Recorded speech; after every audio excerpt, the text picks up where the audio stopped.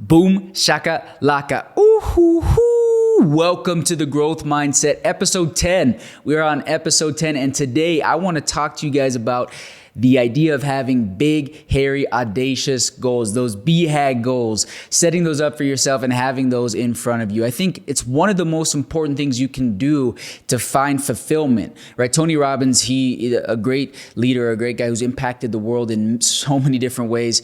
He says that humans, they need to meet their basic needs, and there's 4 different ways that they do that. They do that first through needing certainty, and then funny enough, they do that through needing uncertainty or variety.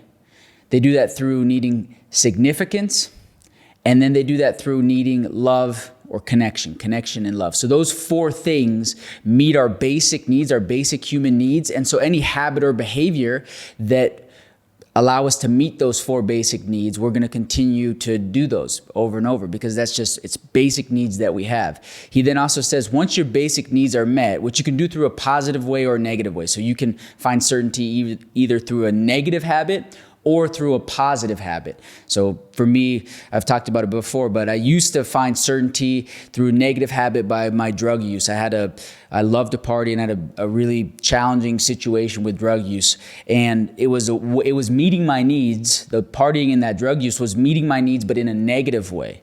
Now I flipped that, and the same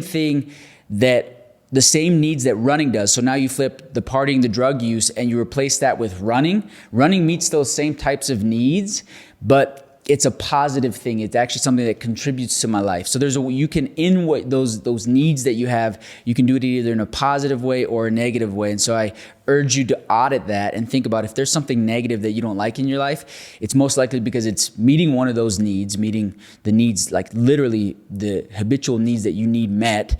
And then say to yourself like, hey, it's doing that. This is a pattern for me because although it's meeting my needs, it's in a negative way, and figure out a way to replace that with a positive habit. That's what I had to do. That's what running does for me. He then says that after you meet your basic needs, where fulfillment comes from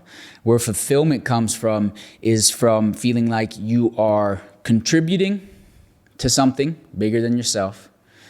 So fulfillment comes from contributing or feeling like you're growing. So working on something that you can contribute towards or that you can grow on. And that's why I think it's so important to have these huge goals in front of you, these big, audacious, like these big, hairy, audacious goals, those BHAGs that I don't know who talks about it, but somebody does.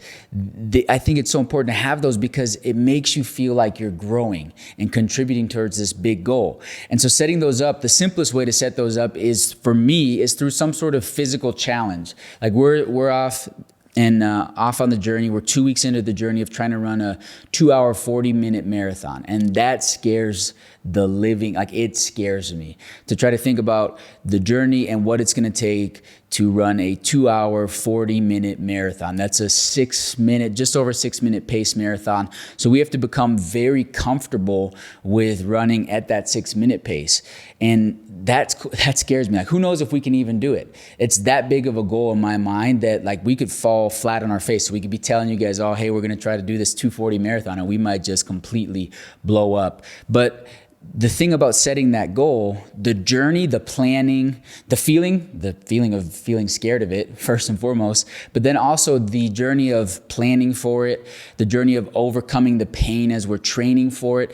There's so much joy and so much focus that comes with when you have a big goal like that. It requires so much focus, so much pressure, so much energy that you just get into this different state of living. You find this fulfillment because you're growing, you're working towards that really, really challenging thing. And so it'll be really exciting to see how that unfolds. But I challenge myself, and therefore, since this is the growth mindset, you to think about setting up these really difficult things for yourself and then working towards them, even if you fail.